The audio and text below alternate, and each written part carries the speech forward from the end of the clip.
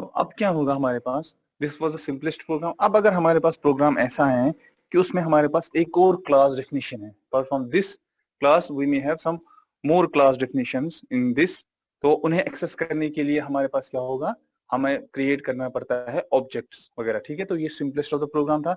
अब इसी प्रोग्राम को थोड़ा हम एक्सटेंड करेंगे, थोड़ा हम बढ़ाएंगे। तो क्या करेंगे हम, let me do one thing, मैं एक और क्लास बनाता हूँ, ठीक है। नॉर्मली एक क्लास और एक बनाएंगे, तो मैं लिखता हूँ class,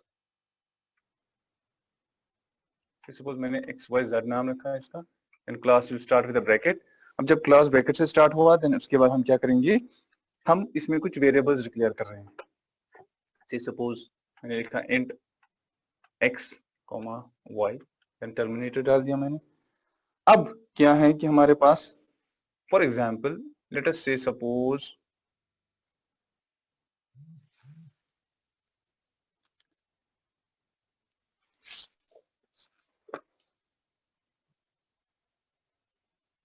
for the time being let us say कि मेरे पास इस क्लास में एक्स वाई जेड है और एक मेथड है मेरे पास, सॉरी एक्स वाई वेरिएबल्स है और एक मेथड है मेरे पास। मेथड है say suppose for example let me write as int area.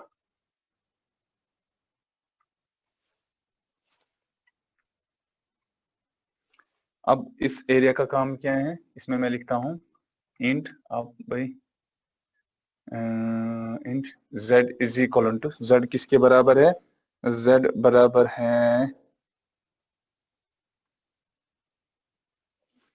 Suppose the time being let us consider x, z। अब रिटर्न क्या करा रहा हूं मैं इससे,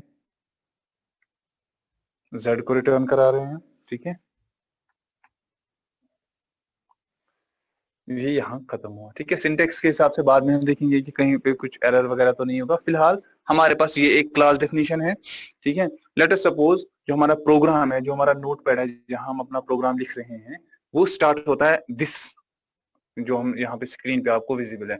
सो let me write this as starting, this is the starting of our program. ये हमने इतना लिख दिया। ये सारा लिखने के बाद उसी नोटपैड पे, उसी प्रोग्राम में, यहाँ पे जहां पे मैं स्टार बना रहा हूँ, इसके नीचे मैं लिख रहा हूँ कौन सी डेफिनेशन, ये वाली डेफिनेशन। अब मेन क्लास, क्योंकि मेन क्लास यूजुअली हम लास्ट में लिखते हैं, ठीक है। तो मेन क्लास डेफिनेशन अब मैंने यहाँ रखी। अब मुझे क्या करना है, ये सारी चीजें, ये ABCD डॉट जावा वगैरह यहाँ नहीं है, तो लेट मी इरेज दिस।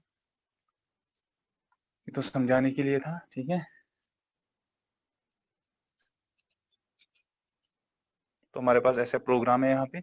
अब क्योंकि मेरे पास क्लास डेफिनेशन है और प्रोग्राम की execution it will start from the class, जैसे मैंने पहले ही बोला कि everything Java will start from this only, that's why हमने इसको रखा होता है पब्लिक और स्टैटिक। क्यों, क्योंकि इसको खुद की एग्जीक्यूशन के लिए हमारे पास ऑब्जेक्ट क्रिएट करने की जरूरत नहीं पड़ती है। तो अब हमारे पास दो क्लासेस हैं, एक क्लास जो है इट कंटेन्स मेन, और एक क्लास है जो हमारे पास नॉर्मल क्लास है, ठीक है, विदाउट द मेन, ठीक। तो उससे हमने स्टार्ट किया। तो प्रोग्राम जब आप लिखेंगे it will start from this, then will move on this, जहां स्टार खत्म होता है इसके नीचे जो अब हमें स्टेटमेंट्स लिखनी है वो ये हैं, क्लास ABC मेन वगैरह, ठीक।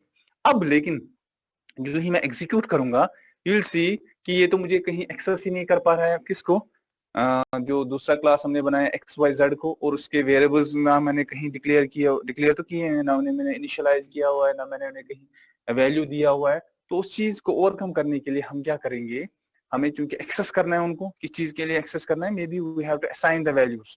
अब मैं एक ही बार में उनको वैल्यू दे सकता था, जैसे मैंने यहाँ इंट A को दे दिया है, इंट A इक्वल टू 10, ठीक है। अब लेकिन जब मैं प्रोग्राम एग्जीक्यूट करूंगा ये हमेशा 10 ही रहेगा ना। अब अगर मैं इसे बार बार चेंज करना चाहता हूँ, तो then we will have to move to some other method. तो फिलहाल के लिए हमने इसको वैल्यू रखा 10, तो ये 10 ही हमेशा रहेगा। अब इसी तरह जो मेरे पास नॉर्मल क्लास डेफिनेशन में है, we have x and y. अब यहाँ पर भी हमें अगर एक्स एंड वाई है, I may say suppose for example put x equal to 5 here only, declaration के टाइम भी, और y का वैल्यू मैंने 7 दे दिया। That means on each execution, जब भी मैं एग्जीक्यूट कर रहा हूं, x का वैल्यू 5 ही रहेगा, y का वैल्यू 7 ही रहेगा, ये वैल्यू चेंज नहीं होंगे, ठीक है। तो अब अगर मुझे चेंज करना है वैल्यूज, अब ये भी तो देखना है ना कि अगर x 5 है और y 7 है, we can say the program will be used only when the value for x and y are 5 and 7. अगर हम इसकी दूसरी बार एग्जीक्यूशन करेंगे तो दूसरी बार भी रिजल्ट क्या आएगा? से for example if it is multiplication, for example मैंने यहाँ 5 डाल दिया, यहाँ 7 डाल दिया, तो कितना आएगा वैल्यू मेरे पास? 5 into 7 is 35. So every time whenever I'll execute this program, the answer will be 35. होगा कि नहीं? But does that mean कि मुझे हमेशा इन्हीं दो वैल्यूज को लेके करना होगा, एरिया निकालना होगा? कहीं मुझे वैल्यूज चेंज तो नहीं करने कभी कभार, ठीक है? तो उस चीज को देखने के लिए हम क्या करेंगे, देखिए एक तो हमने ऐसे इनिशियलाइज किया वैल्यूज को, ठीक, ये भी एक तरीका है, लेकिन इस तरीके से भी हमें क्या होगा, ये जो x एंड y है, it will have for the timing we can say fixed values for each execution. हर एक एग्जीक्यूशन के लिए x का वैल्यू 5 रहेगा, y का वैल्यू 7 रहेगा। अब क्या है दूसरा तरीका? दूसरा तरीका ये है, ठीक है, या एक्सेस करने के लिए अगर हमें करना होगा, we need to create objects. और हम एक्सेस कहां से करते हैं किसी भी प्रोग्राम को? क्योंकि स्टार्ट कहां से प्रोग्राम हो रहा है? मेन मेथड से हो रहा है ना। तो जिस मेथड से प्रोग्राम या जिस मेथड से प्रोग्राम एग्जीक्यूट होता है, वहीं से तो हम दूसरे मेथड्स वगैरह को कॉल करेंगे ना। तो वहीं से हम कॉलिंग वगैरह भी हो जाएगी, वहीं से हम उनको बुलाएंगे भी कि भाई कहाँ है, क्या है, किसको बुलाना है, चाहे मेथड को बुलाना है, आपको वेरिएबल को एक्सेस करना है, जिस भी चीज को आपको एक्सेस करना है तो वो तो मेन से ही होगा। तो फॉर दैट केस हमने कैसे ऑब्जेक्ट क्रिएट करना होता है? ये तो दो क्लासेस है, क्लास डेफिनेशन तो या नॉर्मल क्लास तो पता चला कि क्लास में हमारे पास मेथड भी हो सकते हैं, वेरिएबल्स भी हो सकते हैं, और ये हमने दो डिफरेंट क्लासेस बना दी यहाँ पे। अब इसके बाद जो है नेक्स्ट स्टेप कि ये ऑब्जेक्ट होता क्या है और उसके फायदे देखेंगे हम फिर क्या होते हैं, ठीक है। अब कहते हैं कि चूंकि हमारे पास अब ये प्रोग्राम तो एग्जीक्यूट हुआ, चलिए ये यहाँ से स्टार्ट हुआ, ये लाइन एग्जीक्यूट हुई, ये लाइन भी एग्जीक्यूट हुई और ये लाइन भी एग्जीक्यूट हुई, ठीक है, तीनों की तीनों लाइनें एग्जीक्यूट हुई। लेकिन इसके बाद इसको एग्जीक्यूशन के लिए कहाँ जाना था? इसके बाद इसको जाना था आपके इस प्रोग्राम को एग्जीक्यूशन के लिए, लेकिन जाएगा कहाँ से? क्यों? क्योंकि हम तो इसको कहीं बता ही नहीं रहे ना, रेफरेंस ही नहीं दे रहे, बिकॉज जब प्रोग्राम स्टार्ट हुआ it started from this line, ठीक है। तो क्लास इसने देखा, फिर यहाँ से एग्जीक्यूशन स्टार्ट हुई, फिर यहाँ चली, फिर यहाँ चली, फिर इसने ये लाइन भी देख ली। अब इसको वीकेंड से जो फ्लो होता है, कंट्रोल फ्लो, वो जाना चाहिए था ना कहाँ पे? दूसरे क्लास में। तो उसमें जाने के लिए इसको we have to call this function, sir. है ना, कॉल करना है ना कहीं ना कहीं से। कौन सा फंक्शन जो हमारे पास? कॉल करना उसको। Yes sir. एरिया फंक्शन को कॉल करना है ना मुझे। Yes sir. वो कॉल मैं कहाँ से करूंगा? मेन से करूंगा। तो कॉल करने से पहले, ठीक है, नो डाउट हम सी वगैरह में कैसे करते थे, हम मेथड नेम या वगैरह वैसे लिखते थे, बट हियर आपको क्या करना पड़ेगा? यू कैन नॉट एक्सेस, जो मैंने पहले भी बोला है, you can not access the variables और द मेथड्स डायरेक्टली अगर स्टैटिक नहीं है। मैं, ठीक है, ये हमेशा बात याद रखना, जब भी मैं बात करूंगा तो मैं ये कंसिडर करता हूं कि उस क्लास के जो मेंबर्स है वो स्टैटिक नहीं है। दैट मीन्स यहाँ ये जो एक्स एंड वाई है, दीज आर नॉट स्टैटिक। ये जो एरिया है it is not static in nature. Static in nature means इसके सामने हमें कभी भी स्टैटिक नहीं लिखा है, ठीक है। तो स्टैटिक के बगैर की मैं बात करता हूँ। In that case we can not access the members of a class, member means both variables as well as methods, unless or until we have objects of that class, ठीक है। अब ऑब्जेक्ट क्या होता है? ये इंस्टेंस एक होता है, ये एक्सेस करने का एक तरीका होता है। We can say it is a key, ये चाबी होती है जिसकी हेल्प से हम एक्सेस कर सकते हैं। ये इंस्टेंस एक बन जाता है जिसकी हेल्प से हम एक्सेस करेंगे। अब ये ऑब्जेक्ट भी बनना चाहिए ना वहीं पर जहां हम अभी काम कर रहे हैं, या जो अभी एग्जीक्यूट हो रहा है। अभी कौन सा एग्जीक्यूट हो रहा है? Main method. दैट मीन्स अब अगर कोई और क्लास है जिसके मेंबर्स को हमें एक्सेस करना है, उस चीज के ऑब्जेक्ट भी हमें कहाँ बनाने हैं? विद इन दिस मेन ही बनाने पड़ेंगे। क्यों? क्योंकि अभी एग्जीक्यूशन इनकी ही चल रही है और इसके बगैर ये किसी और की एग्जीक्यूशन करेगा नहीं। अब जब यहाँ ही एग्जीक्यूशन चल रही है, दैट मीन्स हियर समवेयर इन्हीं स्टेटमेंट्स के बीच में जो मैंने ग्रीन के रखा हुआ है, इन्हीं के बीच में मुझे कहीं ऑब्जेक्ट बनाना है। किस चीज के लिए? उस वाली क्लास के लिए जिसका नाम XYZ है। और फिर उन्हीं क्लासेस की हेल्प से हम क्या करेंगे? सॉरी उन्हीं ऑब्जेक्ट्स की हेल्प से हम क्या करेंगे, we can access the variables और we can access the we can call the area method. ठीक है, तो आप कैसे करेंगे, हम उस चीज के लिए क्या करेंगे, हमें थोड़ी सी मॉडिफिकेशन लानी है इसी प्रोग्राम में, तो मैं इसमें थोड़ा मॉडिफिकेशन ला रहा हूँ। मॉडिफिकेशन क्या करेंगे, चलिए मैं ये लाइन मिटा देता हूँ, ये लाइन भी फिलहाल मिटा देता हूँ। अब इसके बदले क्या करेंगे हम, अब हमें बनाना है ऑब्जेक्ट। ठीक है, ऑब्जेक्ट हमें बनाने के लिए हमारे पास क्या है, we have to declare an object. ठीक है, we have to create an object and we have to allocate a memory. उसके लिए 2 स्टेप्स रहते हैं, वो मैं ऊपर लिखूंगा, फिर यहाँ नीचे हम लिखेंगे कैसे ऑब्जेक्ट करते हैं। ठीक है, फर्स्ट थिंग इज आपको जो भी ऑब्जेक्ट बनाना होता है, जिस भी क्लास का ऑब्जेक्ट बनाना होता है, दैट मीन्स उस ऑब्जेक्ट का टाइप क्या रहेगा, उस क्लास का। तो मेरे पास किस क्लास का बनाना है, XYZ का। ठीक है, सो आई मे राइट एज, ये मैं यहाँ समझाने के लिए ऊपर, तो आई मे राइट एज XYZ क्योंकि क्लास का नाम है। अब मुझे उसका ऑब्जेक्ट बनाना है, तो ऑब्जेक्ट का नाम रखूंगा मैं OBJ। ठीक है, फिलहाल तो मैंने ऐसे कर दिया इसको सेमीकोलन, जैसे हम इंटीजर टाइप लिखते हैं, डिक्लेरेशन सॉर्ट ऑफ, मैंने डिक्लेयर किया।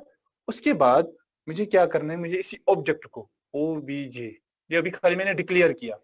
तो दूसरा होता है इंस्टेंशिएट करना। इंस्टेंशिएट मींस करना कि भाई अब इसको मेमोरी असाइन करना या रेफरेंस देना कि भाई ठीक है, ये तो मैंने बता दिया कंपाइलर को पहली लाइन में कि XYZ ऑब्जेक्ट है। ये किसका ऑब्जेक्ट है, सॉरी OBJ ऑब्जेक्ट है क्लास XYZ का, खाली बताया है मैंने अभी कैन से इसको इनिशियलाइज जैसे वेरिएबल्स को करते हैं वो नहीं किया। वो कैसे होता है, या मेमोरी अब इस ऑब्जेक्ट के लिए हमें देनी है ना, क्योंकि इसको भी तो कहीं ना कहीं स्टोर रहना है मेमोरी में, तो उस चीज के लिए हमें ये स्टेप करना होता है। We have to write object, then we have to use an operator. ठीक है, एक ऑपरेटर होता है new, NEW, we have to use new operator. फिर उसके बाद क्लास का नाम वापस, बट उस क्लास के सामने हमने ऐसे ब्रैकेट्स देने होते हैं, then we have to provide semicolon. अब ध्यान रखिएगा यहाँ पे इस वाली जो सेकंड वाली लाइन है, ठीक है, तो इसमें क्या है, इसमें मेरे पास यहाँ XYZ है, this is the class name. हमारे पास है ना वो नॉर्मल क्लास जिसका नाम XYZ है। यहाँ पे इस क्लास के लिए, क्योंकि मुझे इस क्लास के मेंबर्स को एक्सेस करना है ना, तो इसलिए मैंने XYZ रख दिया। क्योंकि मैंने XYZ रखा तो XYZ का मैंने ऑब्जेक्ट बनाया। अब ऑब्जेक्ट बनाने के बाद ये तो मैंने डिक्लेयर किया, दिस इज फॉर डिक्लेरेशन। इसके बाद इंस्टेंशिएशन, या मुझे मेमोरी अब देनी है इसको कि भाई आप कहाँ पे रेफरेंस रहोगे या आप कहाँ पे खुद स्टोर रहोगे, उस चीज के लिए मुझे न्यू ऑपरेटर यूज करना है। अगर आप ध्यान देंगे यहाँ पे XYZ was the name of the class, लेकिन मैंने इसके आगे ब्रैकेट्स रखे, ये 2 ब्रैकेट्स। ठीक है, तो ये 2 ब्रैकेट्स रखने का अपना मतलब है, it has its own significance, वो हम देखेंगे बाद में कि इसकी क्या सिग्निफिकेंस रहती है। ठीक है, तो ये फिलहाल आप याद रखेंगे, ये 2 लाइनें लिखनी है, या हम इन 2 लाइनों को डिक्लेरेशन एज वेल एज इंस्टेंशिएशन को, इसको हम कंबाइन भी कर सकते हैं एक ही लाइन में, जो मैं यहाँ नीचे लिखने वाला हूँ अब। ठीक है, तो नीचे हम कैसे लिख सकते हैं उसको, मैं इसको एक ही लाइन में लिख सकता हूँ, XYZ OBJ is equivalent to new XYZ in bracket, then it will close it, and this will create the object. अब इसने ऑब्जेक्ट बनाया, किस चीज के लिए ऑब्जेक्ट बनाया, उस XYZ के लिए। अब इस ऑब्जेक्ट के थ्रू मैं एक्सेस कर सकता हूँ, वहां पे वेरिएबल्स थे X, वहां पे वेरिएबल था Y, और वहां पे एक मेथड था जिसका नाम था एरिया। अब मैं इन 3 चीजों को एक्सेस कर सकता हूँ with help of this OBJ which is an object. Object का टाइप क्या है, क्योंकि हम हमेशा क्या लिखते हैं पहले, type, so we can say this is the type. इसका मतलब है फिर कि हम ऑब्जेक्ट्स के जरिए क्लास की प्रॉपर्टीज को एक्सेस कर सकते हैं सर। बिल्कुल बिल्कुल, क्लास के we can say rather than attributes वगैरह जो उसके होंगे, जैसे वेरिएबल्स होंगे, जैसे उसका मेथड होगा, या जो भी हमने वहां दिया होगा क्लास के अंदर, वो हम इसके थ्रू ऑब्जेक्ट के थ्रू एक्सेस कर सकते हैं। ठीक है, अब मैं लिख सकता हूं, now it is feasible that I can write now, जो मेरे पास इसके बाद वाली स्टेटमेंट है, I can write now OBJ, चलिए फिलहाल डॉट एरिया मैंने स्मॉल रखा था, हाँ, तो मैं लिख सकता हूं डॉट एरिया। अब मैं लिख सकता हूं, अब मुझे कोई हर्ज नहीं है ये लाइन लिखने में कि मैं OBJ से किसको बुला रहा हूं, एरिया को, because the compiler now already knows ये OBJ किसका पार्ट है, it's a part of XYZ type है ना XYZ, और ये मैंने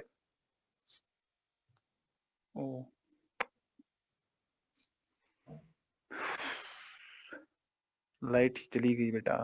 चलिए ठीक है, मैं फिलहाल ऐसे ही लैपटॉप पे बता दूंगा, बिकॉज देखते हैं क्लास अभी चल रही है, वैसे भी अभी क्लास जो है सेशन जो है वो खत्म हो जाएगा तो आप रीजॉइन करेंगे। तो ये जो मैंने OBJ यहाँ पे बनाया ना, तो आप इसमें ये ध्यान रख सकते हैं कि इसकी हेल्प से यही हुआ कि मैं अब एक्सेस कर सकता हूँ XYZ के मेंबर्स को, एट्रीब्यूट्स को, या we can say I can access now class XYZ, जो भी उसमें चीजें हैं उनको मैं एक्सेस कर सकता हूँ। साथ ही में अब मैंने डायरेक्टली दिया है इसको एरिया को, कि मैं एरिया को एक्सेस कर सकता हूँ। अब जब मैंने ये लाइन लिखी, इसके बाद नीचे यहाँ ब्रैकेट आएगा, ये वाला अपना जो मेन का मेथड का ब्रैकेट था। सो आई मे क्लोज दिस ब्रैकेट एंड ये जो फिर क्लास का ब्रैकेट है वो भी मैं क्लोज कर रहा हूँ यहाँ पे। दोनों यहाँ ब्रैकेट्स क्लोज हुए। तो अब जो ही एग्जीक्यूशन स्टार्ट होगी वो int a:10, अगर इसको प्रिंट करना है कराएंगे प्रिंट, फिर system dot print hello print होगा। हेलो के बाद ये देखिएगा एक ऑब्जेक्ट क्रिएट हुआ है। किसका ऑब्जेक्ट क्रिएट हुआ है? XYZ का। तो उसके बाद मैं इस ऑब्जेक्ट की हेल्प से एरिया को कॉल करा रहा हूँ, तो it will move, it will shift now the control to this line int area. तो int एरिया में सिंस ऑलरेडी अगर मैंने x और y को डिक्लेयर किया है यहाँ पे वैल्यूज, क्योंकि यहाँ पे तो दिन नहीं दिए थे, तो फॉर टाइमिंग एग्जाम्पल मैंने आपको कहा था कि मैं इसको इनिशियलाइज यहीं कर रहा हूँ, तो मैंने वैल्यू दे दी है 5 और 7। But in this way also you will see इसका वैल्यू क्या रहेगा हमेशा, नो डाउट। अब मैं कॉल कहाँ से इसको कर रहा हूँ या एग्जीक्यूट कहाँ से हो रहा है? Execute return z। तो रिटर्न z मैं यहाँ लिख सकता हूँ, रिटर्न z मीन जहाँ एरिया आएगा ना, तो यहाँ नीचे मैं एक लाइन एक्स्ट्रा लिख सकता हूँ, यहाँ पे लिख सकता हूँ मैं system dot out dot println, ठीक है, system dot out dot println area या z, क्योंकि z को रिटर्न करना है z, तो मेरे पास प्रिंट आउट या स्क्रीन पे डिस्प्ले हो जाएगा आउटपुट। तो अगर मैं चाहता हूँ नहीं यहाँ नहीं, ये वहां ही दिखाए, तो यहाँ रिटर्न करने की जरूरत नहीं है।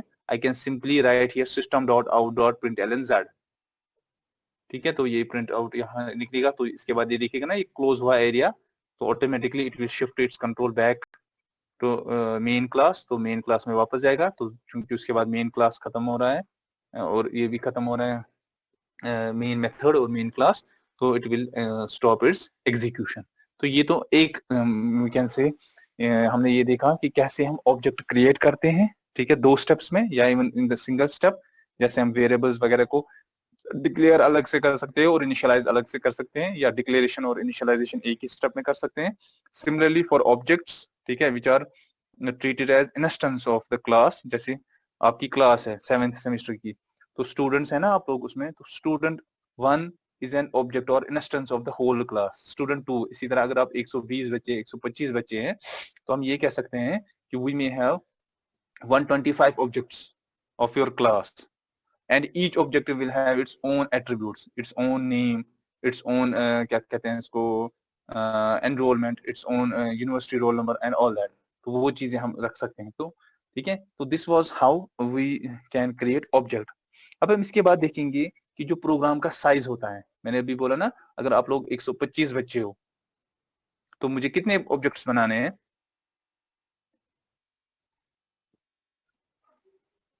125। ओके, अगर मुझे 125 ऑब्जेक्ट्स बनाने हैं और हर एक ऑब्जेक्ट के पास या हर एक स्टूडेंट के पास 3-3 चीजें हैं, उसका नाम, उसका एनरोल और उसका यूनिवर्सिटी रोल नंबर। तो मुझे ये obj डॉट एरिया वाली लाइन कितनी लिखनी है? मुझे लिखना है ना obj डॉट एरिया, या सॉरी OBJ एरिया डॉट, नहीं, और जो भी हमने उससे रिलेटेड फंक्शन बनाई होगी उससे कॉल करनी पड़ेगी, जैसे OBJ डॉट नेम, ठीक है, OBJ dot roll. Yes sir, ठीक है। तो कितनी लाइंस होंगी? वो 3। Yes sir. और ऑब्जेक्ट बनाने के लिए एक लाइन कितनी होगी? 4। सर जब हम ऑब्जेक्ट बनाएंगे ना सर, तो क्या जरूरत है, अगर हमने ऑब्जेक्ट बनाया एक फंक्शन का, ठीक है सर, एक क्लास का ऑब्जेक्ट बनाया, फिर उस क्लास की जो फंक्शन है उसको कॉल करेंगे, तो उस फंक्शन फॉर एग्जांपल उस स्टूडेंट की जो भी एट्रीब्यूट्स होंगे, फॉर एग्जांपल उसके अंदर कुछ लिखा होगा, कुछ लाइंस है, फॉर एग्जांपल रोल नंबर है, वो तो ऑब्जेक्ट से ही एक्सेस हो जाएंगे ना सर। जी सर बिल्कुल। ओके, तो ये तो था, पहले हमने ऑब्जेक्ट क्रिएट करना सीखा, ठीक है, कि कैसे करते हैं। अब लेट्स मूव फर्दर। जो मैंने कहा था, अब मैं एक ही बोर्ड पे बनाऊंगा, लेकिन अब एग्जाम्पल छोटा बनाऊंगा, क्लास छोटा रखूंगा मैं, ठीक है, बाकी रेस्ट आप फिल करेंगे खुद ही। तो यहाँ पर मैं क्या कर रहा हूँ, again what I will do, I will create a class, normal class. हाँ, चलिए, क्लास XYZ मैंने रखा, ठीक है। मैंने कहा था, चलिए इंट x, y रखा हमने फॉर द टाइम बी, और हमने रखा था इंट एरिया रखा था हमने इसमें, फिर एरिया की बॉडी दी थी हमने, इंट मैंने z रखा था इसमें, z is equal to say suppose x into y, then return, और यहाँ पर ये आप कर सकते हो system dot out dot println, आपकी मर्जी है आप क्या कर रहे हो, रिटर्न z। ये यहाँ क्लास खत्म हुआ। इसके बाद मेन क्लास था हमारे पास, मेन क्लास में मैंने ऐसे लिखा था क्लास ABC, फिर स्टार्ट, शॉर्ट में मैं लिख रहा हूँ, बट नेवर राइट दिस, जो मैं अब लाइन लिखने वाला हूँ, please and please, not in your examination, not anywhere, just यहाँ मैंने टाइम सेव करने के लिए and nothing else. We may write as public static void main, bracket में व्हाटएवर जो भी है, this is the short form, but never write this, ठीक है। पब्लिक स्टैटिक वॉइड मेन के बदले मैंने PSVM लिख दिया, उसके बाद इसका ब्रैकेट आएगा, उसके बाद हम ऑब्जेक्ट्स क्रिएट करते थे ना, ठीक है। तो मैंने क्या किया, मैंने यहाँ एक तो लाइन लिख दी थी, system dot out dot println hello, ये लिख दिया था। उसके बाद मैंने ऑब्जेक्ट क्रिएट किया था।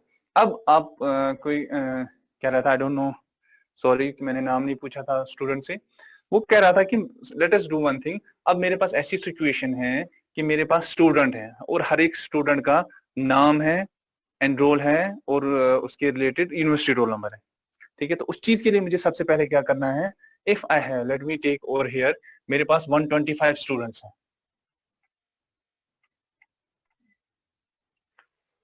ठीक है। तो मुझे कितने ऑब्जेक्ट्स बनाने हैं, तो यहां लिखता हूं मैं obj objects is equal to 125। तो उसके बाद मुझे जो है क्या कह रहे थे आप, फॉर द टाइमिंग पहले हम देखेंगे नॉर्मली। चलिए, अगर हर एक के पास ईच ऑब्जेक्ट हैज 3 एंट्रीज, ठीक है, तो ऑब्जेक्ट के पास 3 चीजें हैं, 1 2 एंड 3। यह है name, this is name, this is enrol, college enrol, and this is KU roll number, ठीक है। तो 3 चीजें हैं। तो दैट मीन्स टोटल अगर हमें अब डिक्लेरेशन करनी है, नॉर्मल डिक्लेरेशन अगर मैं कर रहा हूं, तो एक तरीका ये था कि जैसे मैंने अभी आपको बता दिया, आई मे राइट एज, मैं ये रब करूंगा बाद में समझाने के लिए, आई मे राइट एज, अगर मैंने ऑब्जेक्ट क्रिएट किया, ऑब्जेक्ट क्रिएट करने के लिए मैंने लाइन लिख दी XYZ OBJ, अब मैं 1 रखूंगा नाम, is equal to new XYZ, इसी से ऑब्जेक्ट क्रिएट होगा, ठीक है। अब मैं एक्सेस कर रहा हूं, मैं लिखता हूं OBJ1 dot suppose name equal to whatever जो भी नेम होगा वो मैंने यहां डाल दिया, then semicolon, then OBJ1 dot और एनरोल, व्हाटएवर जो भी एनरोल है, फिर सेमीकोलन, एनरोल के बाद है यहाँ वैल्यूज है, उसके बाद similarly OBJ1 dot KU roll number is equal to something, then semicolon, ठीक है। एक तो ये भी तरीका था, लेकिन इस तरीके से हमारे पास एक ऑब्जेक्ट को क्रिएट करने के लिए और उसे वैल्यूज असाइन करने के लिए कितनी लाइंस आ गई, 4 लाइंस आ गई। तो नंबर ऑफ लाइंस जो हमारे पास आ गई अब, that is I may write this as 1 2 3 and 4। अब अगर मुझे दूसरा ऑब्जेक्ट क्रिएट करना है इसके बाद, तो उसके लिए मुझे क्या लिखना पड़ेगा, I may have to write once again, मुझे दोबारा लिखना है, कौन सी लाइन लिखनी है, XYZ OBJ2, then is equal to new, then new के बाद XYZ ब्रैकेट क्लोज, ठीक है, फिर सो ऑन, फिर से सॉरी, फिर अगेन इसके related OBJ2 dot name obj2 dot enroll obj2 dot ku। तो इसके लिए भी 4 लाइंस आ गई ना हमारे पास। तो इन दिस केस, मैं जो स्टूडेंट ने क्वेश्चन पूछा था मैं उसी पे आ रहा हूँ, ठीक है, ये पहले समझाने के लिए। तो इस in this scenario I may have 125 into 4 कितना बनता है वो? 600। That is 500 sir. Okay 125 is equal to, नहीं कहाँ आएगा 500 आ रहा है। चलिए ठीक है, लिख देता हूं मैं 500 यहाँ पे 500। तो कितनी लाइंस लिखनी है मुझे? 125 स्टूडेंट्स के लिए 500 लाइंस।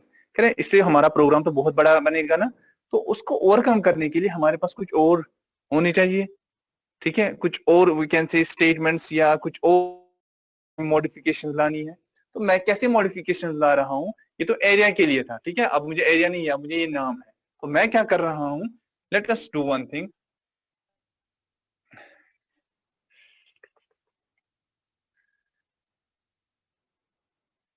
मैं ले रहा हूँ, चलिए एरिया को हम इरेज कर रहे हैं।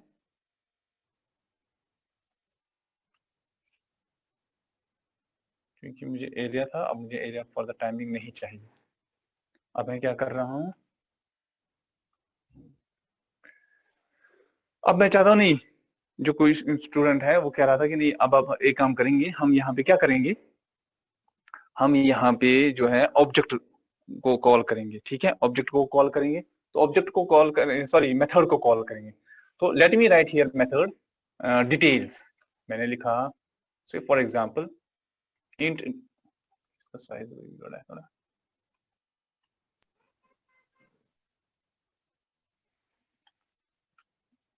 तो काइंडली एक्नॉलेज स्टूडेंट को मैं कह रहा हूँ, प्लीज बताइएगा कि वो यही सोच रहे थे कि जी सर मैं यही कह रहा था कि हम डायरेक्ट इसकी नाम क्या है बेटा आपका?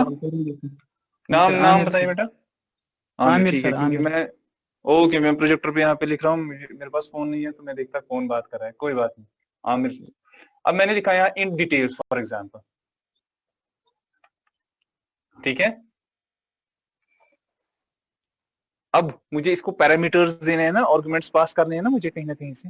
अब मैंने लिख दिया अंदर जो आप चाह रहे थे ना, ये इसकी बॉडी है, बॉडी में मैंने रख दिया क्या क्या था, name is equal to something जो हम वहां से प्रोवाइड कर रहे हैं। से फॉर एग्जांपल मैं प्रोवाइड कर रहा हूं इन द टर्म्स ऑफ ए, यहाँ से बी और सी, और पैरामीटर्स होने चाहिए ना, तभी जाके तो पैरामीटर्स असाइन होंगे ना। तो मैंने नेम में ए डाल दिया, which is a type of whatever string है, कैरेक्टर है, वहां नहीं जाना है मुझे अभी। दूसरा था मेरे पास enrol, see if I am according to you आमिर। दूसरे मेरे पास बी गया।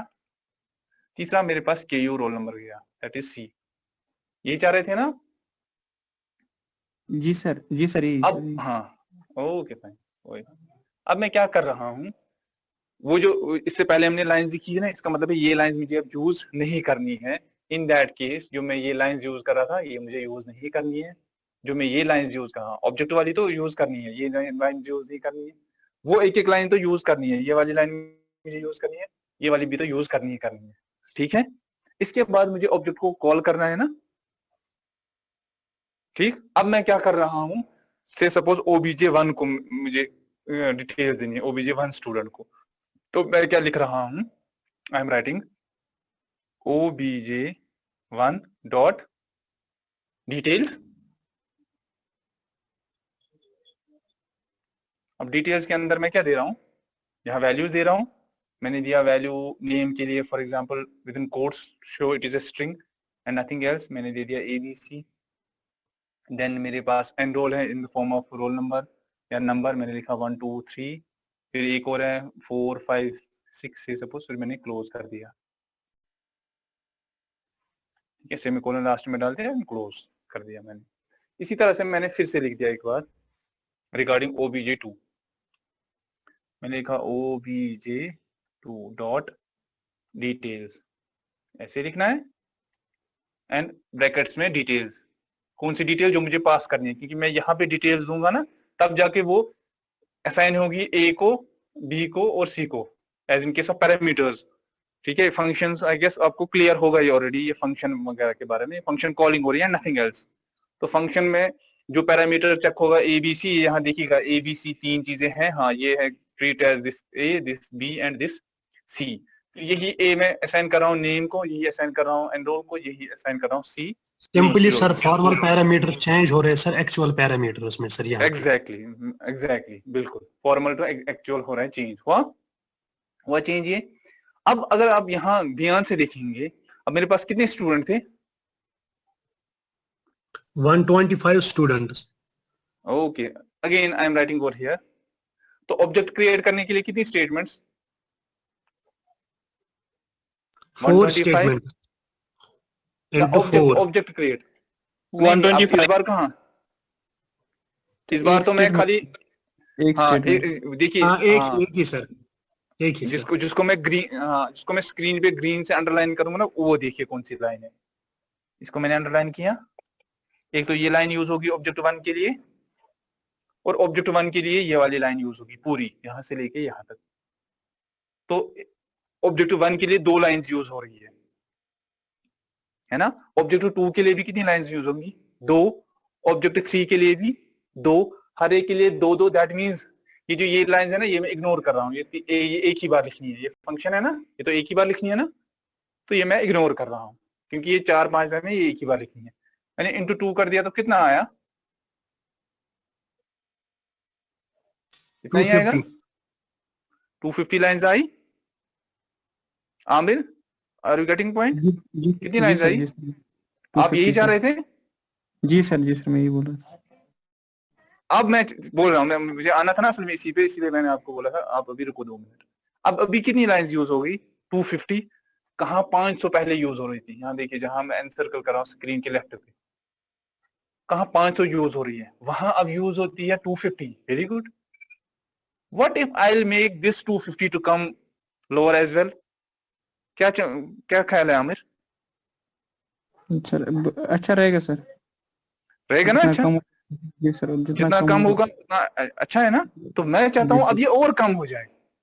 अब मैं खाली इसके लिए एक बार ये नहीं कह रहा हूं कि मैं एक बार मैं फंक्शन लिखूं, ठीक है। In case of Java better to use word method apart from function, ठीक है। अब जो मेरे पास मेथड है, क्यों ना मैं ऐसा कुछ करूं कि मुझे मेरे पास 125 के लिए 125 ही लाइनें यूज हो जाएं, ठीक है। तो बेनिफिट है ना हमारे लिए। तो अब मैं नेक्स्ट स्टेप में उस पे आ रहा हूँ, लेकिन उस चीज के लिए क्योंकि यहाँ आप जगह नहीं है स्क्रीन पे लिखने के लिए, I will move to another screen, ठीक है। बाकी जो सेम है ना वो सारी चीजें यही है, क्लास XYZ है, ये सारी चीजें कंसिडर करो एज इट इज। अब मुझे लिखने की जरूरत नहीं है, if you want I can write also, ठीक है। यहाँ मेरे पास है क्लास XYZ, ठीक है। तो क्लास के अंदर क्या मैंने लिखी थी? इंट x, y, ठीक है। 5 मिनट के लिए मैं मानता हूँ, चलो ठीक है, ये कहीं है नहीं है, ठीक है। इसके बाद मेरे पास यहाँ लिखा हुआ था इंट डिटेल्स, लिखा था, वो भी एक ही बार लिखा था हमने, ज्यादा बार लिखने की जरूरत नहीं थी। फिर मैंने इसे क्लोज किया था, फिर मेरे पास मेन क्लास था, यहाँ से क्लास ABC, फिर public static void main. Again I am repeating, never write this line है।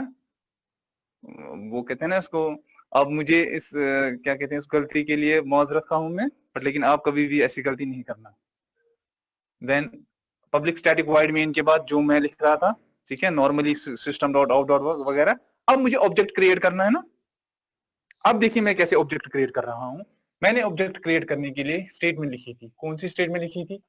I had written XYZ OBJ1, यही लिखा था मैंने।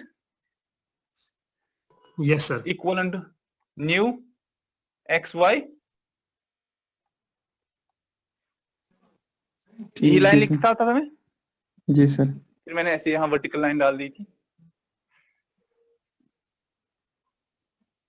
चलिए मैं वर्टिकल लाइन डाल देता हूँ यहाँ से। ओह सॉरी, ज्यादा चले गए, यहाँ से भी हमारे पास थोड़ा सा है,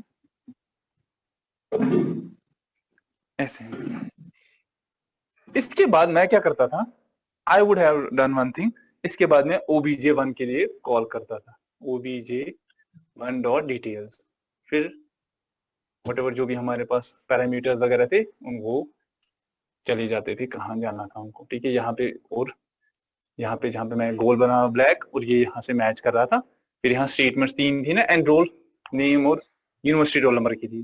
जी सर। मैंने सिंपली एक चीज कर दी, मैंने इस डिटेल का नाम ही चेंज कर दिया।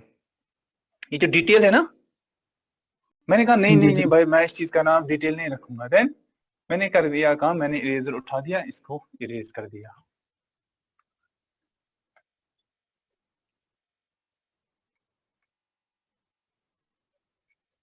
कर दिया मैंने इसको इरेज। ये इंटीजर को भी मैंने इरेज कर दिया, मैंने कहा मुझे इसकी जरूरत भी नहीं है।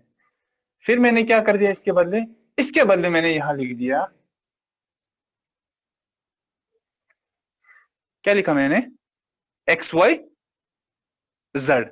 एक्स वाई जेड किसका नाम था, क्लास का नाम। मैंने वही चीज नीचे लिख दी। ये क्या चीज है मैं अभी थोड़ी देर में बता दूंगा, बाकी मैंने कहीं पे चेंज नहीं लाई। अब मैं क्या कर रहा हूं, मैं इससे पहले जब मेरे पास यहां था ना डिटेल, वो late me right over here, लिख थोड़ा सा ये है,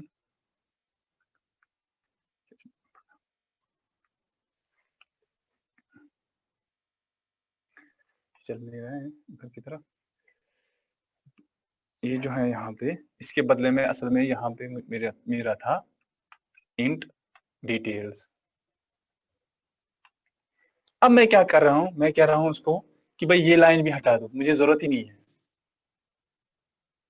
अब मैं क्या कर रहा हूं, उसके बदले जो मुझे पैरामीटर्स करने थे ना पास, फॉर्मल टू एक्चुअल जो मुझे देना था नाम वगैरह, वो कहां दे रहा हूं मैं, दैट आई प्रोवाइड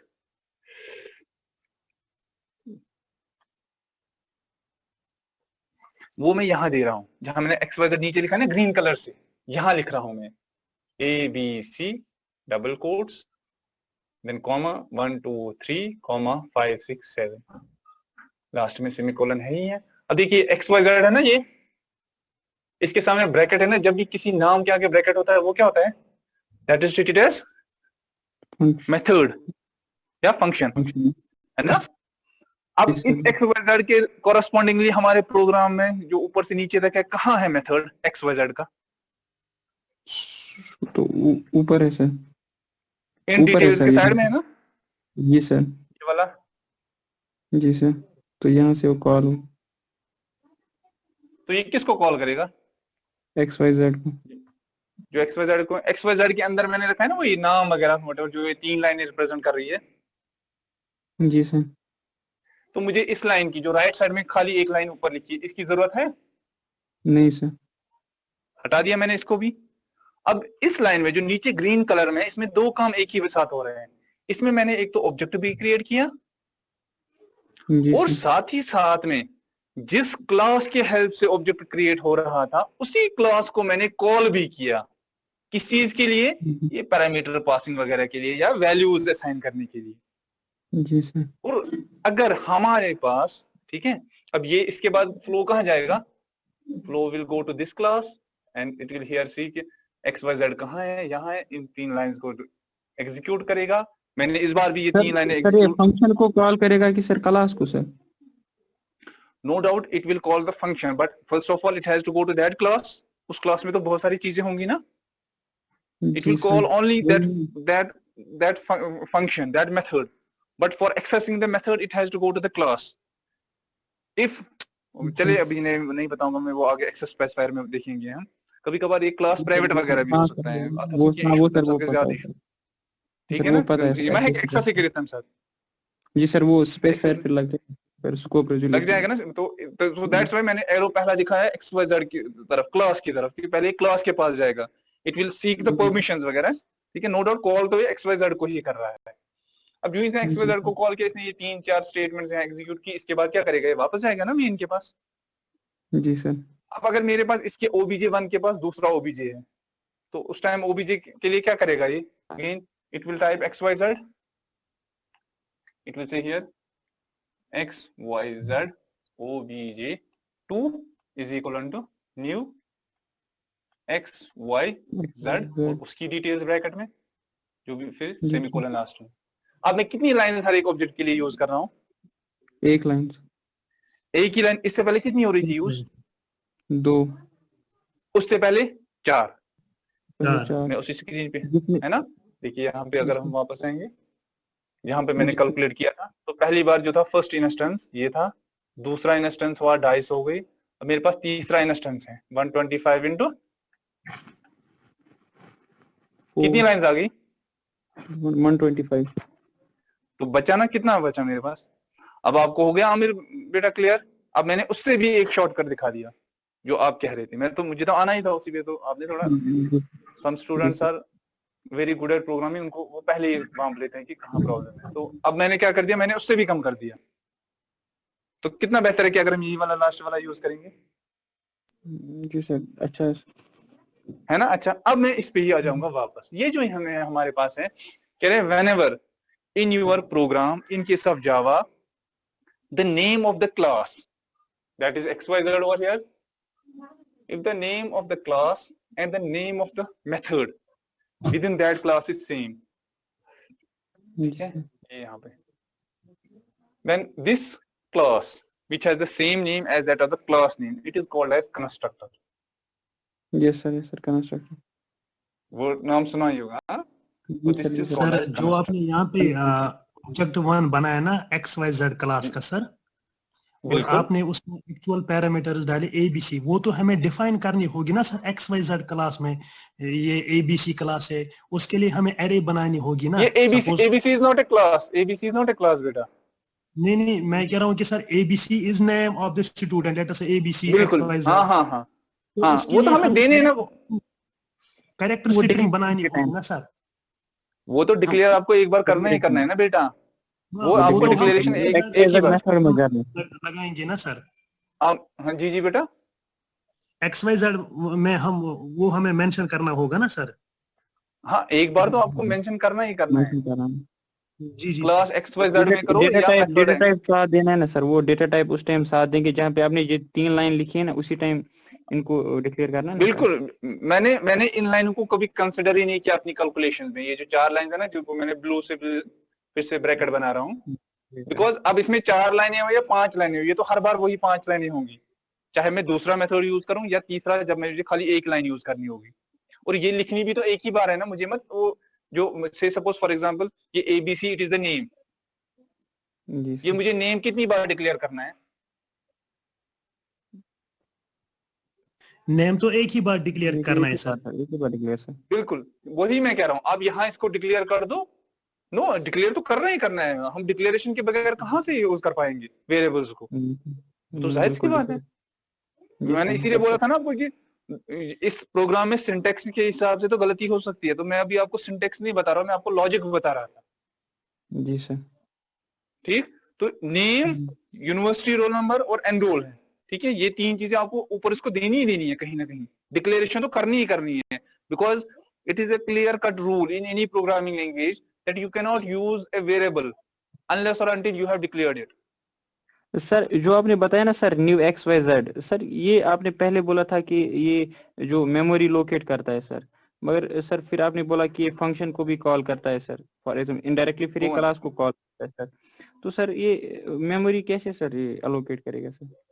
असल में मैंने कहा था कि जो न्यू ऑपरेटर है ना, न्यू, जी सर, न्यू ऑपरेटर, ये लगता है ऑब्जेक्ट के लिए, not for assigning memory for the variables. Variables तो जो उसकी डिक्लेरेशन होगी उसकी मेमोरी लोकेट करेगा। लेकिन अब अगर आप ओबीजे लिख रहे हो, ये ओबीजे खुद भी कहीं ना कहीं सेव रहेगा ना, इसकी खुद की कोई रेफरेंस होनी चाहिए ना, ये कहाँ मेमोरी में रहेगा? जी सर, ठीक है। उस चीज के लिए कंपाइलर को ये बताने के लिए कि हाँ भाई आप इसको कहीं ना कहीं सेव रखो।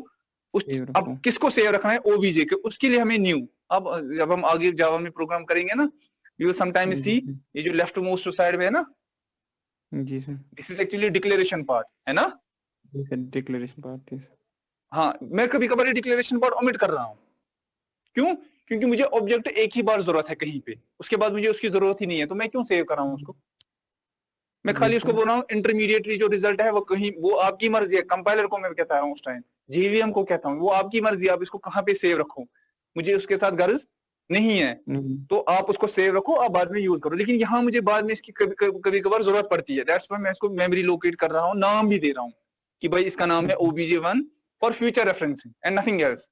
If I don't need object for future referencing, तो मुझे जरूरत भी नहीं है इसको डिक्लेयर करने के लिए। I can have some anonymous memory location. सोचो इस ब्रोड को फिलहाल क्या मैं तो टाइम मुझे उन्होंने ज्यादा किया फिलहाल बेसिक ठीक है। तो इस हाँ असल में मैं आपको बता रहा था जो क्वेश्चन पूछा था शायद ज़हूर है इनका नाम। तो इस जो मैं बात कर रहा था कंस्ट्रक्टर कि इस टाइप के मेथड को जिसका नाम सेम होता है with the class name it is called as constructor and this constructor is used. यहाँ आप देख सकते हो कितना फायदा है इसका कि जब हम ऑब्जेक्ट क्रिएट कर रहे हैं हम ऑब्जेक्ट के क्रिएशन के टाइम पे ही इस क्लास को असल में कॉल कर रहे हैं। अब किस क्लास को कंस्ट्रक्टर सॉरी है ना इस मेथड को किस मेथड को कंस्ट्रक्टर मेथड को एंड दिस कंस्ट्रक्टर मेथड जो हमने यूज किया इसके कुछ अपनी फीचर्स भी होते हैं ठीक है वो आपको थोड़ा याद रखना है। क्या याद रखना है आप देखिए XYZ जहां कंस्ट्रक्टर मैंने ब्लैक कलर से लिखा है ना ये वाली लाइन क्या इसके आगे मैंने रिटर्न टाइप रखा है? No sir. तो No, constructor does not have a return type it doesn't have a return type. क्यों? क्योंकि ये खुद क्लास की जैसा है ना तो जो क्लास है क्योंकि XYZ itself is a class तो इसका टाइप भी कैसा है इसका टाइप भी क्लास के जैसा ही है ठीक है। तो it does not have a return type and apart from that जो यही कंस्ट्रक्टर्स होते हैं these are of two types. Constructors जो होते हैं दो टाइप्स के होते हैं। वहां एग्जाम्पल इंशाल्लाह अगर परमिशन हुई नेक्स्ट टाइम पे भी हाँ ये जो हमारे पास मैं असल में घर पे अभी प्रोजेक्टर यूज कर रहा हूँ एक और डिवाइस होती है दैट इज कॉल्ड एन आई तो मैं सॉर्ट ऑफ बोर्ड पे लिख रहा हूँ तभी जाके मैं आराम से लिख पाता हूँ। अदरवाइज वैसे फोन पे क्लास देने के टाइम लिखने में दिक्कत होती है और उसमें स्क्रीन भी छोटा होता है ठीक। अब ये जो मैंने यहाँ कंस्ट्रक्टर लिखा ना it has two types basically one is called as default and another is called as parameterized. जो हमने अभी यूज किया that was parameterized ji sir. जो इनबिल्ट हमेशा कॉल होता है जब भी मैंने इससे पहले ऑब्जेक्ट क्रिएट किए थे ना जब हमने चार स्टेटमेंट्स यूज की थी तब बेसिकली फर्स्ट इंस्टेंस में होता है यूज डिफॉल्ट। सर मुझे वो पहली क्लास सर मिस हुई थी सर वो जिसमें सर कोई लाइन नहीं है मतलब जावास्क्रिप्ट जावा में कि जैसे हम सी में यूज करते थे स्कैनएफ या सी इन यूज करते हैं C++ में कि जो रन टाइम पे वो बिल्कुल in this case we have a scanner class हाँ है लेकिन वो अभी हमने यूज नहीं किया है that is called as scanner class wherein you can write enter your name फिर जब एग्जीक्यूट होगा ना कमांड प्रॉम्प्ट पे then it will prompt you enter your name नीचे कर्सर ब्लिंक करेगा तो आप लिखेंगे शाहिद फिर एंटर करेंगे ना it will prompt you enter your enroll. Ji sir ठीक है। अगर किसी को पहले ही है मैंने शायद पिछली बार वीडियो भी शेयर किया था आप लोगों के साथ I do have my YouTube channel उस पे जावा के बहुत सारे लेक्चर्स हैं उसमें एक लेक्चर है scanner class may be sometimes students are interested in some other topics also तो आप वहां जाके वहां सर्च कर सकते हो ठीक है। मेरा ही फोटो उसमें आप देखेंगे तो वहां से लिखा हुआ है टॉपिक का नाम उस वीडियो का scanner class and other things are in there you can see ठीक है। लेकिन फिलहाल तो मैं क्लास में नहीं पढ़ाऊंगा बिकॉज क्लास में कुछ और चीजें बोलनी है अभी ठीक। ये जो डिफॉल्ट कंस्ट्रक्टर है ना इसका काम हमेशा ये रहता है कि it will initially assign value 0 for integer type for floating point and it will assign value null अगर हमारे पास कैरेक्टर या स्ट्रिंग टाइप डेटा होगा। सिमिलरली पैरामीटराइज्ड तो वही देगा जो हमने ब्रैकेट्स में रखा था नाम ठीक है। मीटिंग तो एंड तो नहीं हुई नहीं चल रही कितना टाइम है अभी मीटिंग खत्म होने में 6 मिनट है अभी चलिए ठीक है ठीक है। जो मैं दिखा रहा हूँ ना ये जो डिफॉल्ट है मैं आइंदा आपको एक एग्जांपल दिखा दूंगा जहां पे मैं ये जो जिनको मैंने क्रॉस दिया है ना यहाँ से राइट वाली स्क्रीन के साइड से ये और ये सपोज फॉर एग्जांपल मैं ये स्टेटमेंट यूज ही नहीं कर रहा हूँ मैंने लिखा XYZ OBJ1 is equal to new XYZ OBJ बनाया ना मैंने। अब अगर मैं OBJ1 डॉट नेम को डिस्प्ले कराता हूं मैंने लिखा फॉर एग्जांपल यहां या नीचे system dot out dot OBJ1 dot name मैंने नेम कहीं दिया नहीं ना इसको the output will be null NULL। इसी तरह अगर मैं लिखता हूं OBJ1 डॉट एनरोल मैंने अभी दिया नहीं कहीं पे तो बाय डिफॉल्ट ये क्या करेगा ये इसको असाइन करेगा 0 वैल्यू। वो उसकी एग्जांपल भी डिफॉल्ट की भी एंड पैरामीटराइज्ड की भी इंशाल्लाह नेक्स्ट क्लास में and will study for the topics जो आगे होगा, ठीक है, रिगार्डिंग कंस्ट्रक्टर्स या regarding other issues of Java, वो इंशाल्लाह हम नेक्स्ट क्लास में पढ़ेंगे, क्योंकि अब क्लास भी हो चुकी है, शायद अभी थोड़ी देर में टाइम भी ये होगा, एक्सपायर हो जाएगा। So first of all let me take the attendance. Sir आप प्रोजेक्टर यूज कर रहे हो ना सर, आपके लिए तो ये भी अच्छा रहेगा सर, नोट पैड पे दिखाना है सर। हाँ मैं दिखाऊंगा ना आपको इंशाल्लाह, और क्या, I will show you each and everything. Screen छोटी होती है ना, वहां पे तो जितना प्रोग्राम आप लिखोगे। बिल्कुल बिल्कुल, मैंने अभी लैपटॉप पे ही शेयर किया था ना स्क्रीन, इसके बाद इंशाल्लाह मेरा काम होगा, अभी मैंने प्रोग्राम्स वगैरह मत दिखाएं, बहुत ही फनी सी, जैसे अभी स्क्रीन शेयर हो रही है ना मेरी, मैं अपना कमांड प्रॉम्प्ट ओपन करूंगा, ठीक है, फिर हम अपने कमांड, मैं अपने कमांड प्रॉम्प्ट के, तो जैसे हम यूनिक्स में करते थे ना कमांड्स एग्जीक्यूट, बिल्कुल वैसे ही दिखा दूंगा आपको मैं। जैसे फॉर एग्जांपल यहाँ पर है, अभी मैंने, स्क्रीन है विजिबल अभी, ऐसे जो मैंने लास्ट टाइम आपको बताया था कुछ देखने के लिए जावा वगैरह के बारे में, तो ये चीजें आपको फिर मैं दिखा दूंगा स्क्रीन पे इंशाल्लाह, लैपटॉप पे ही दिखा दूंगा प्रोग्राम को एग्जीक्यूट करना वगैरह। नो डाउट अभी मेरे पास एग्जांपल्स थी कहीं पे, तो लेट मी सी।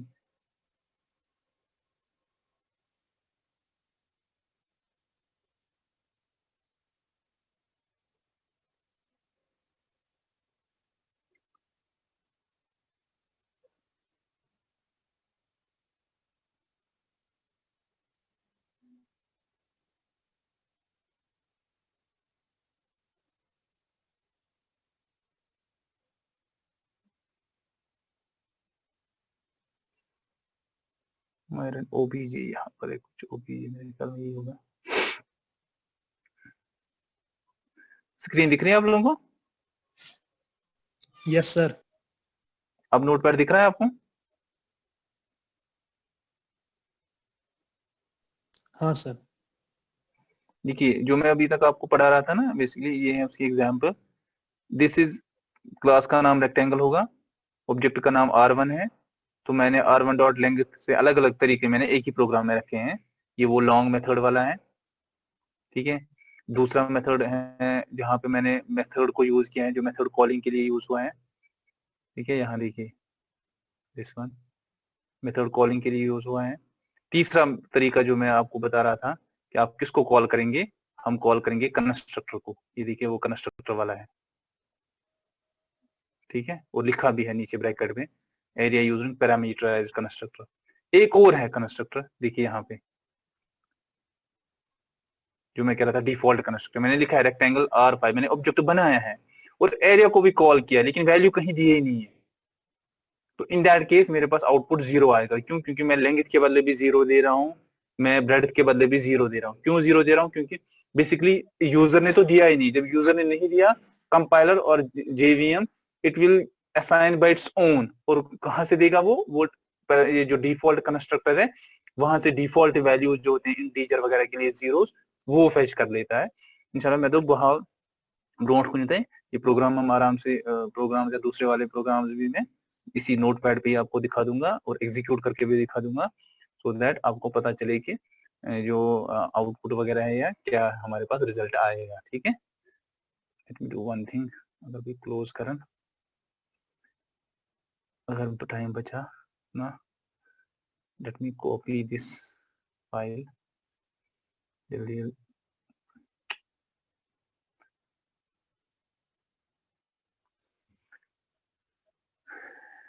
नहीं हो पाएगा, टाइम कम है। चलिए इंशाल्लाह नेक्स्ट क्लास में देखते हैं, करना तो बहुत, ऐसे रुकिए आप।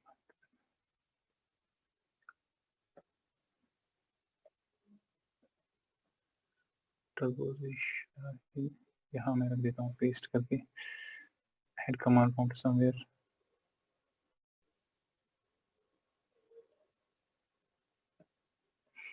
तो मैं करता हूँ सी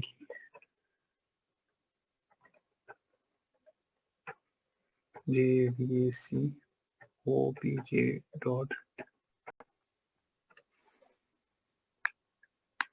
अब मेन क्लास का नाम क्या है? obj.class बना है इसका नाम है। तो I will run now this file. So मैं करता हूँ जावा obj। तो देखिए आप यहाँ डिफरेंट डिफरेंट मेरे पास रिजल्ट्स आए। अब ये 4 क्यों आया मुझे प्रोग्राम में देखना है, मे बी मैंने इनिशियली किसी का वैल्यू दिया होगा 2 या कुछ, तो ये डिफरेंट मेरे पास आउटपुट क्यों आए, बिकॉज मैंने अलग अलग तरीका यूज किया था। ठीक है, यहाँ पे देखिए इनिशियलाइजेशन